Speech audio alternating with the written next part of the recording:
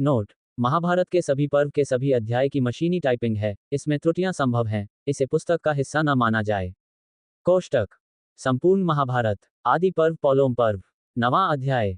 संपूर्ण महाभारत आदि पर्व नवम अध्याय के श्लोक 1-23 का हिंदी अनुवाद। रुरु की आधी आयु से प्रमद्वरा का जीवित होना, रुरु के साथ उसका विवाह, रुरु का सर्पों को मारने का निश्चय तथा रुरु दुंदुभ संवाद। उग्रश्रवा जी कहते हैं, शौनक जी, वे ब्राह्मण प्रमद्वरा के चारों ओर वहां बैठे थे। उसी समय रुरु अत्यंत दुखित हो गहनवन में जाकर जोर जोर से रुदन करने लगा। शोक से पीड़ित होकर उसने बहुत करुणाजनक विलाप किया और अपनी प्रियतमा प्रमद्वरा का स्मरण करके शोकभग्न हो इस प्रकार बोला, हाय! वह कृशांगी बाला मेरा तथा समस्त बांधवों का शोक बढ़ाती हुई भूमि पर सो रही है। इससे बढ़कर दुख और क्या हो सकता है? यदि मैंने दान दिया हो, तपस्या की हो अथवा गुरुजनों की भली भांति आराधना की हो तो उसके पुण्य से मेरी प्रिया जीवित हो जाए। यदि मैंने जन्म से लेकर अब तक मन और इंद्रियों पर संयम रखा हो और ब्रह्मचर्य आदि व्रतों का दृढ़तापूर्वक पालन किया हो तो यह मेरी प्रिया प्रमद्वरा अभी जी उठे। यदि पापी असुरों का नाश करने वाले, इंद्रियों के स्वामी जगदीश्वर एवं सर्वव्यापी भगवान श्री कृष्ण में मेरी अविचल भक्ति हो तो ये कल्याणी प्रमद्वरा जी उठे। इस प्रकार जब रुरु पत्नी के लिए दुखित हो अत्यंत विलाप कर रहा था, उस समय एक देवदूत उसके पास आया और वन में रुरु से बोला। देवदूत ने कहा, धर्मात्मा रुरु, तुम दुख से व्याकुल हो, अपनी वाणी द्वारा जो कुछ कहते हो वह सब व्यर्थ है, क्योंकि जिस मनुष्य की आयु समाप्त हो गई है उसे फिर आयु नहीं मिल सकती।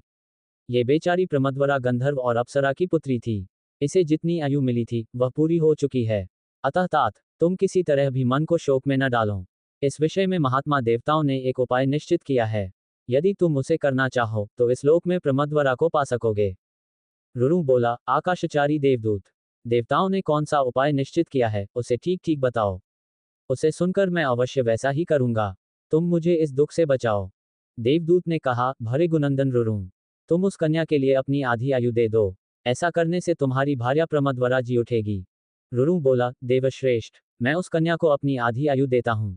मेरी प्रिया अपने श्रीगाण, सुंदर रूप और आभूषणों के साथ जीवित हो उठे।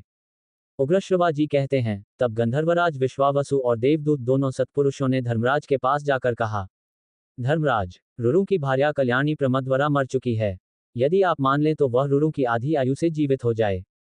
धर्मराज बोले, देवदूत, यदि तुम रुरु की भार्या प्रमद्वरा को जिलाना चाहते हो तो वह रुरु की ही आधी आयु से संयुक्त होकर जीवित हो उठे। उग्रश्रवा जी कहते हैं, धर्मराज के ऐसा कहते ही वह सुंदरी मुनि कन्या प्रमद्वरा रुरु की आधी आयु से संयुक्त हो सोई हुई की भांति जाग उठी। उत्तम तेजस्वी रुरु के भाग्य में ऐसी बात देखी गई थी। उनकी आयु बहुत बड़ी चढ़ी थी। जब उन्होंने भार्या के लिए अपनी आधी आयु दे दी तब दोनों के पिताओं ने निश्चित दिन में प्रसन्नतापूर्वक उनका विवाह कर दिया। वे दोनों दंपति एक दूसरे के हितैषी होकर आनंदपूर्वक रहने लगे। कमल के केसर की सी कांति वाली उस दुर्लभ भार्या को पाकर व्रतधारी रुरु ने सर्पों के विनाश का निश्चय कर लिया। वह सर्पों को देखते ही अत्यंत क्रोध में भर जाता और हाथ में डंडा ले उन पर यथाशक्ति प्रहार करता था।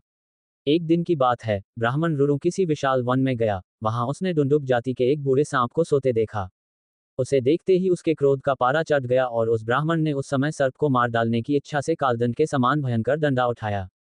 तब उस दुंदुभ ने मनुष्य की बोली में कहा, तपोधन, आज मैंने तुम्हारा कोई अपराध तो नहीं किया है, फिर किस लिए क्रोध के आवेश में आकर तुम मुझे मार रहे हो। इस प्रकार श्री महाभारत आदि पर्व के अंतर्गत पोलोम पर्व में प्रमद्वरा के जीवित होने से संबंध रखने वाला नवां अध्याय पूरा हुआ।